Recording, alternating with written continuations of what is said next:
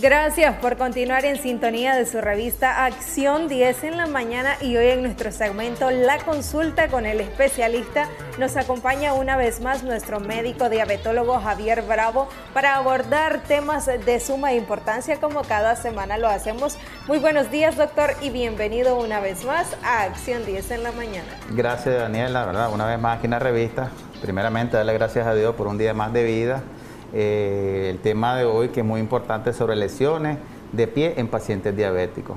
Hay que destacar que el 50% de los pacientes diabéticos van a desarrollar en algún momento dado de su vida alguna lesión en el pie, y de estas un 20 a un 30% pueden sufrir una complicación como es la amputación. Entonces es importante conocer de que los pacientes diabéticos en algún momento dado se pueden complicar. ¿Y cuál es la importancia de esto? Es que el paciente diabético debe de cuidarse en lo que es la alimentación y en lo que es los niveles de glucosa. ¿En qué consisten las lesiones del pie diabético? Normalmente los pacientes, a medida que van avanzando de la edad, se van destruyendo lo que son las terminaciones nerviosas o el sistema nervioso, que son los que llevan los impulsos, ¿verdad? Algunas partes del cuerpo, específicamente en los pies. Entonces estos pacientes pueden empezar a tener lo que es adormecimiento, algunos pueden tener lo que es sensación de caliente el pie, ahí pueden tener ardor en el mismo pie, y en algún momento dado van a tener entumecimiento. Es ahí el problema. Cuando ya tienen entumecimiento, ellos pueden utilizar un tipo de calzado que les aprieta mucho y puede provocar una rosadura en el área del pie, y con ende puede llevar a una úlcera. También puede ser que se puedan ensartar un chinche, pueden pisar algo ahí que tenga punta y lesionarle lo que es la parte del pie, y ellos no se dan ni cuenta. Ya hemos tenido historias de pacientes que al tercer o cuarto día de haberse ensartado algo se dan cuenta, porque tal vez en la chinela o en el zapato o en el calcetín que han andado se los encuentran con sangre, y es ahí que les llama la atención. Pero en ese momento ya el paciente evolucionó a algo peor, es decir, que no solo es meramente el área de donde se puncionó la piel, sino que ya puede ir asociado a enrojecimiento, salida de pus y algunas veces lo que es fiebre, que en estos casos es lo que el paciente lo lleva a las consultas. Estas serían las principales causas, doctor. Hay otra causa que es la vascular, que es aquel paciente que su torrente sanguíneo, tal vez por el aumento de colesterol y triglicéridos, no le llega a la sangre específica, y ese tejido sufre de irrigación, oxigenación, puede sufrir una pequeña úlcera que se conoce como úlcera varicosa, y te puede conllevar también a una posible amputación. ¿Podemos prevenirlo? Perfectamente se pueden prevenir, siempre y cuando el paciente diabético esté atento a su revisión, ¿verdad? Porque eso es importante, que el paciente cada vez que se bañe, se revise sus pies, así como se lava su cabecita y todo el resto del cuerpo, sus pies, hay que estar pendiente, hay que tocárselo si lo siente o no, y sobre todo chequearse su nivel de glucosa en la mañana, que es uno de los problemas que tenemos hoy en día. Siempre los pacientes diabéticos van a estar más expuestos a este tipo de padecimientos.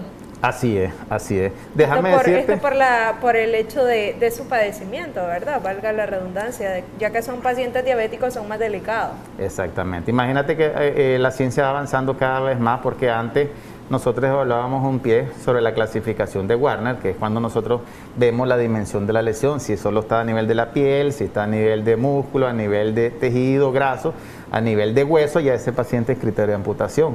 Hoy en día, un paciente que te llega a la consulta y solo con sentirle el olor al pie, uno puede decir, es una amputación inmediatamente porque tiene mal olor. Pero ahí ya valoramos lo que es la dimensión de la úlcera, valoramos el grado de infección que tiene y se valora el grado de circulación, que es otro punto importante, porque algunas veces el paciente puede llegar con una úlcera con mal olor, pero le hacemos un ultrasonido Doppler y podemos observar que sí tiene circulación, y quizás ese paciente no sea un criterio de amputación hasta más arriba de la rodilla, sino que quizás solo sea amputación de alguno de los deditos, ¿verdad? Para mantener lo que es la parte del pie. Siempre, doctor, uno de los miembros que van a estar más expuestos en los pacientes diabéticos van a ser los pies. Así es, siempre van a ser los pies. Aunque existe el término de mano diabético, porque es la que está más distante, digamos, al corazón, es la que está más distante que llegue la circulación, es la que más está expuesta para caminar, para apoyarnos, para correr, para hacer las diversas actividades que hacemos. Entonces, normalmente es la que más sufre, es la que más utilizamos zapatos, ¿verdad?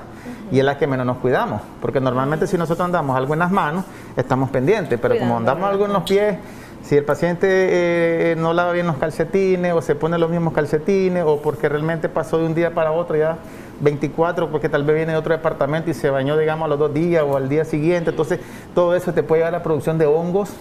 Si de alguna manera hubo... Inclusive un hongo me puede conllevar a la amputación de un pie. Perfectamente, porque ya el hongo se puede contagiar, se puede formar bacterias ahí y eso te puede conllevar a un proceso mayor. Inclusive pacientes que se les hacen lo que es la parte del pedicure, empiezan a recortar las uñas y si no lo hacen con mucho cuidado, esos pacientes pueden generar una pequeña ulceración, un sangradito ahí no importante y que posteriormente con el tiempo se empeora con una mala circulación y un problema de descompensación del azúcar, ese paciente puede empeorarse. Y cualquiera diría de que fue algo mayor y fue algo tan simple como el manejo nada más de lo que es la uña. Súper delicado, doctor. Súper delicado. En los pacientes diabéticos hay que tener un poquito cuidado en ese sentido. Y hay pacientes, te cuento, de que no se han diagnosticado como diabéticos, pero es una lesión propia del pie, nos damos cuenta de que ese paciente está sufriendo de diabetes. Son aquellos pacientes que entran al bolsón de los que no quieren hacerse sus exámenes, de los que son obesos, de los que son sedentarios y no quieren por el temor a darse cuenta que realmente son diabéticos, hasta que sufren un daño ya sea a nivel del pie o hablando de otro tema que hemos hablado acá, del problema renal. ¿Ya? Entonces, la principal manera para que nosotros podamos evitar este tipo de consecuencias es la higiene, doctor. La higiene principalmente, seguido de lo que es la alimentación. Tercero, el control metabólico. Cuarto, de sus controles de glucosa, porque el colesterol y el triglicéridos juegan un papel importante en este tipo de complicaciones. Y estamos hablando de una complicación a largo plazo. No estamos hablando de una complicación que porque a mí me diagnosticaron la diabetes el día de hoy, ya mañana voy a tener un pie diabético. ¿Me explico? Sino que eso se puede conllevar a medida que se va afectando la circulación y se va afectando el sistema nervioso. No todos los pacientes diabéticos están expuestos a desarrollar pie diabético si tienen un debido cuidado. Así es, no todo. Normalmente eso a veces es por descuido. El paciente se descuida en algún momento dado, no le toma importancia. Tal vez ya he tenido experiencia de que los pacientes andan zapatos un poquito tallados, inclusive los zapatos de cuero, y ahí andan circulando todo el día y no se dan cuenta que los van rozando. Entonces una pequeña ulceración, una pequeña alteración de lo que es la capa de la piel, que es un sistema de protección que tiene el cuerpo, eso crea una ventana para que la bacteria entre y con facilidad te puede conllevar a una infección. Y el detalle es que en estos pacientes las infecciones son múltiples. A veces encontramos 2 o 3 o 4 tipos de bacterias. Entonces, por eso esos pacientes hay que tratarlos a veces con doble antibiótico, con otro tipo de antimicótico y otro tipo de medicamentos para poderlos sacar del proceso infeccioso que está. Y eso evita que lleguen a una complicación.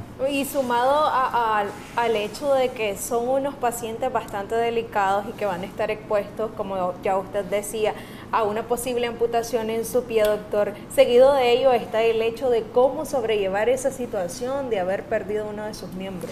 Ese es un tema muy aparte, lo que se conoce como depresión. Es un estado en el cual el paciente, después de ser, digamos, importante para la familia, para el ambiente laboral, para todo tipo de situación que se mantiene. Ahora imagínate que haya perdido un miembro, o sea, tendría que utilizar silla de ruedas, tendría que utilizar muleta, tendría que buscar a alguien que le esté auxiliando. Entonces esos pacientes se deprimen, tienen que entrar a una terapia psicológica para lo que es la aceptación, porque lo primero que sucede es la negación. En el momento uno lo hace para salvarle la vida a ese paciente porque se puede complicar, pero ya después viene la otra etapa, que es la aceptación de que realmente pues ya está sin un miembro. Aunque sí se puede poner prótesis en estos pacientes, ¿verdad?